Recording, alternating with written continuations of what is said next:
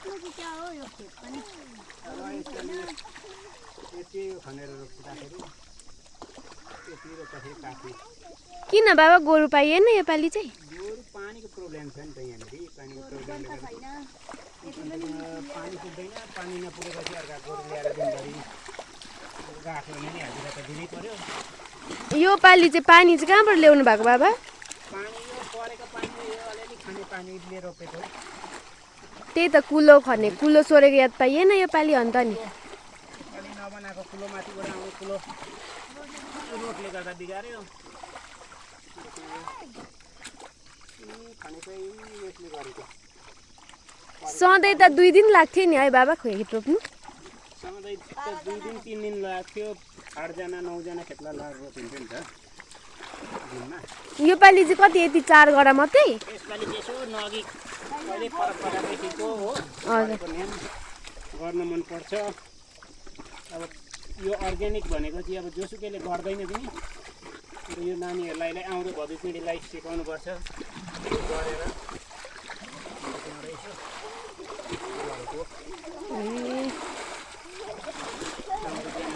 सिकेर जाओस् यो कुरो। धान कसरी रोप्छ भन्ने कुरा चाहिँ नसोधोस्। यो प्रकारले रोप्दो रहेछ धान भनेर चाहिँ सिकोस्। मसिनो खालको नानीहरूले पनि भनेर हो।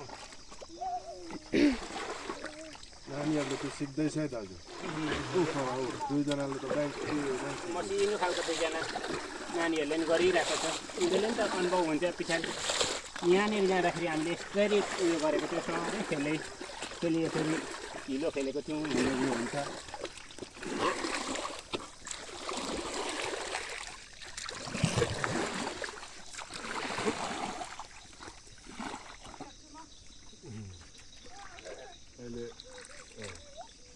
बाबुबाजेहरू आमाहरूले त्यसरी रोप्नुपर्छ। बाबा त अहिले हामी सानै याद नभइकन बितेर जानुभयो। आमाहरूले सिकाएको कुरो चाहिँ अपनाएर गरेर खाँदैछौँ। त्यही त हो। झार हुँदैछ।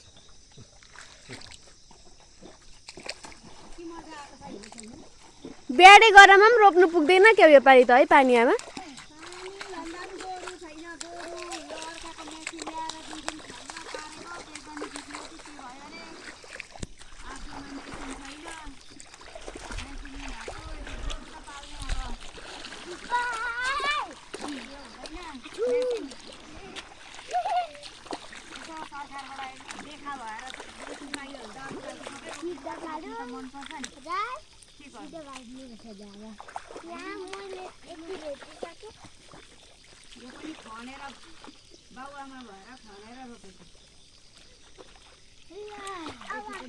के गरेको केटाकेटी? धान रोपेको? त्यसरी रोपिदिएको? मुठीले रोपिदिएको?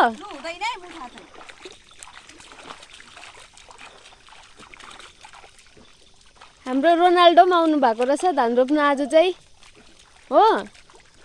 कहाँबाट आएको रे रोनाल्डो चाहिँ? के गरेको? धानलाई नुहाइदिएको? धानलाई नुहाइदिएको?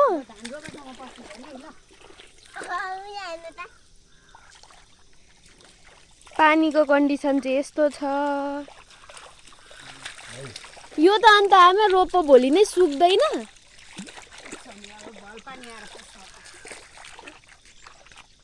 खै पानी पनि रोडै रोड बग्छ यहाँ त रोडको कन्डिसनले गर्दा। माथि लगा न घाँस। बिग्रिन्छ भाइ बेसी नथिच।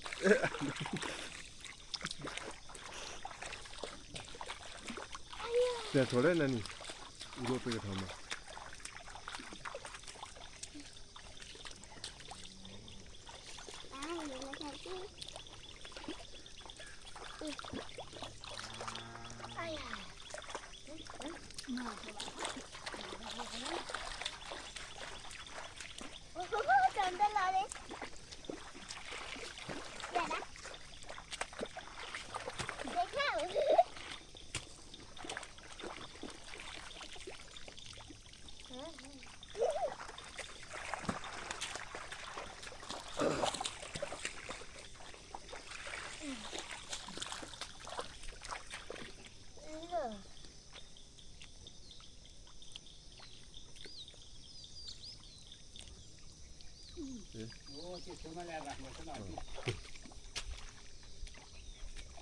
हाम्रो बौसे पार्टी चाहिँ आज निकै थाके जस्तो छ।